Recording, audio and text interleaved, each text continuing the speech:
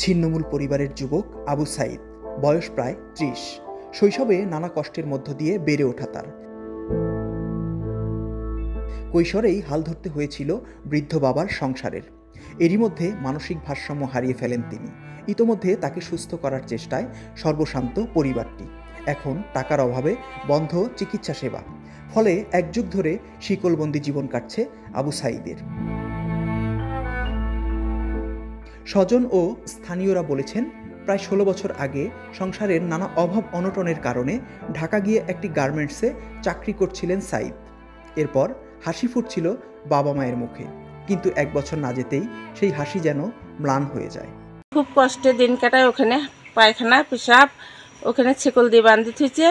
মা গেলেও তার মারধর করে, ভাই যাওয়ার পায় না, পাড়া প্রতিবেশী যাওয়ার পায় না। সেই রকম ওই যে বান্ধি থুইছে, ওই বান্ধি থোয়া অবস্থায় আছে। তাকে চিকিৎসা করলে ভালো হতো, কিন্তু গরিব মানুষ টাকার অভাবে চিকিৎসা করতে পারতেছে না। তো আমি মনে করি যে তাকে কোনো সহযোগিতা করা হয়, চিকিৎসা করলে উনি ভালো হবে। সম্প্রতি গাইবান্ধার সাদুল্লাপুর উপজেলার দামোদরপুর ইউনিয়নের জামুডাঙ্গা গ্রামে দেখা গেছে আবু সাইদকে শিকলে বেঁধে রাখার দৃশ্য। ঘরের খাটে শুয়ে বসে দিন কাটছে তার। শিকলবন্দি আবু সাইদ জামুডাঙ্গা গ্রামের দিনমজুর আকবর আলী ও আমিনা বেগমের ছেলে। ১২ বছর হইল মনে করো ছেকল নাকি বান্ধি থুইছি।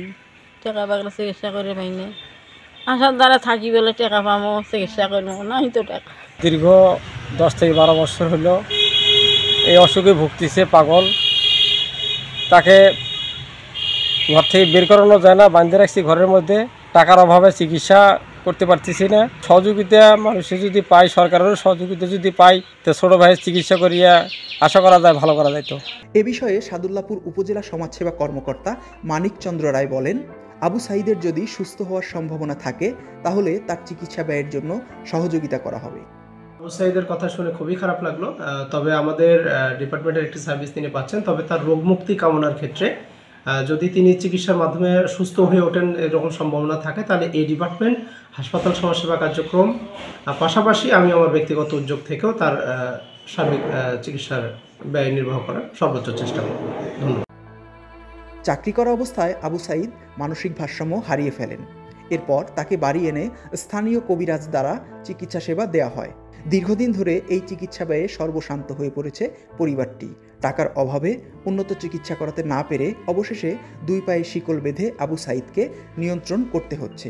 দরিদ্র বাবা মা তাদের সাধ্যমতো চিকিৎসার ব্যবস্থা করেছেন, কিন্তু তাদের পক্ষে আর চিকিৎসার ব্যয় বহন করা সম্ভব হচ্ছে না। তাই তাকে সুস্থ করতে দেশের দানশীল ব্যক্তিদের সহযোগিতা প্রত্যাশা করছেন আবু সাইদের বাবা মা।